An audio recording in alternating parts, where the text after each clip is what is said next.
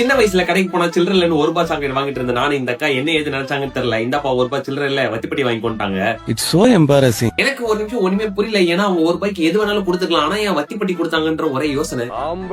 சரி இன்னைக்கு கதைக்கு வருவோம். பாடி வெயிட்ட 65 kg கொண்டு போறதுல இன்னைக்கு நாள் 30. இந்த 30 நாள்ல நீ என்ன கத்துக்கிட்ட அப்படின்ற மாதிரி கேட்டீங்கன்னா ஒரு சில விஷயம் கத்துக்கிட்டேன். ஆனா அதுல மெயினா சில விஷயம் சொல்றேன், நோட் பண்ணிக்கோங்க. வெயிட் கெய்னிங் ப்ராசஸ்ல முக்கியமா தேவையானது ஒண்ணு பொறுமை. ஏன்னா எந்த லீன் பாடி டைப் சின்ன வயசுல இருந்து காலேஜ் போற வரைக்குமே நான் எவ்வளவுதான் சாப்பிட்டாலும் எனக்கு வெயிட் சுத்தமா ஏறவே ஏறாது. அதனாலதான் வெயிட் கெயின் பண்றது ஒரு சேலஞ்சா எடுத்து இந்த முயற்சியில ஈடுபட்டிருக்கேன். ஆனா ஒரு விஷயம் மட்டும் நல்லா தெரிஞ்சுக்கிட்டேன். தங்க வேலை மாதிரி வெயிட் புஷ்னு ஏறாது, டீ வேலை மாதிரி கொஞ்சம் கொஞ்சமா ஏறும். ஆனா கரெக்டான டைம்ல கரெக்டா ஏறும் அப்படின்றது மட்டும் நல்லா தெரிஞ்சுக்கிட்டேன். இன்னைக்கு நம்மளோட ஸ்பிரிட்ல மாட்டினா மட்டுமே சிக்குமா இந்த சிறுவண்டு அப்படின்னு லெக் டேல இருந்து ஆரம்பிக்கிறோம். முதல் ஒர்க் அவுட் எப்பவுமே காம்பவுண்ட் ஒர்க் அவுட்ல இருந்து ஸ்டார்ட் பண்ற நம்ம பார்பல் ஸ்குவாட்ஸ்ல இருந்து ஆரம்பிச்சு அப்படியே அடுத்து யூசுவலா நான் போடுற லெக் ஒர்க் போட்டு இன்னைக்கான ஒர்க் அவுட் முடிச்சிட்டேன். என்னென்ன லெக் ஒர்க் போடுறேன்னு கேப்ஷன்ல மென்ஷன் பண்றேன். நீங்களும் ட்ரை பண்றீங்கன்னா சேவ் பண்ணி வச்சு ட்ரை பண்ணி பாருங்க. ஜிம்ல இருந்து கிளம்பி நம்ம உடம்ப வலுவெத்துறதுக்காக உயிர் தியாகம் பண்ண சிக்கனை வாங்கிட்டு அதே சிக்கனை செஞ்சு மதிய உணவை அருமையா சாப்பிட்டு நிர்வாகம் கிளம்பிட்டு இருக்கப்போ கொரியர் அண்ணா கிட்ட இந்த போன் தம்பி என்னால செகண்ட் ஃப்ளோர் வர முடியாதுப்பா, நீயே கீழே வந்து வாங்கிக்கிறியா பார்சல அப்படின்னு. அதான் தெரியுமே நம்ம லெக் டே போட்டா இதெல்லாம் நடக்கும் அப்படின்னு அந்த பார்சலை வாங்கிட்டு அப்படியே சக்தி வாய்ந்த ஃபிஷ் ஆயில் ஒன்னு போட்டுட்டு நிர்வாகம் வந்து சேர்ந்துறேன். அப்படியே நம்ம நியூட்ரிஷன் நம்பர் கொடுத்த நியூட்ரிஷனை சாப்பிட்டு அப்படியே வேலை பார்க்க போயாச்சு. இன்னைக்கு இரவட்டியில சாப்பிடுறத விட இந்த டிஃபன் பாக்ஸ் திறக்கத்தான் பெரிய சவாலா இருந்துச்சு. வேற யாருமே இல்ல எந்துதான் இதோ நம்ம மன்னர் காலத்து புதையில பாதுகாக்கிற மாதிரி செஞ்ச சாம்பார் அவ்வளவு டைட்டா மூடி வச்சிருந்தாங்க. எப்படியும் நம்ம நண்பர்கிட்ட கொடுத்து ஒரு வழியா திறந்தாச்சு. அப்படியே 12:30 மணி அளவில் ஒரு இடைவெளி எடுத்துட்டு நிர்வாகம் மணி அடிச்சதோ நிர்வாகத்துல இருந்து கிளம்பிட்டு வீட்டுக்கு வந்ததும் கடைசி ஆகாரமா இந்த உணவை பண்ணிட்டு அதை சாப்பிட்டு இன்னைக்கு நாள் முடிச்சுக்கிட்ட மக்களே. அடுத்த வீடியோ சந்திப்போம். கதையில கரெக்டா இருப்போம். பாய் பாய்.